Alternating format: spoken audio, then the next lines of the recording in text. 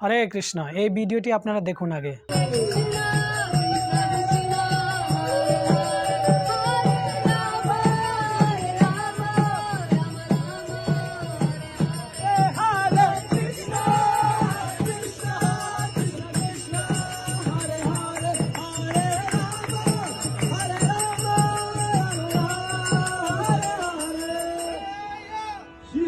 তো এটি হচ্ছে সনাতন সংস্কৃতি সম্পূর্ণ বিবাহ, যাকে বলা হয় বিবাহযজ্ঞ।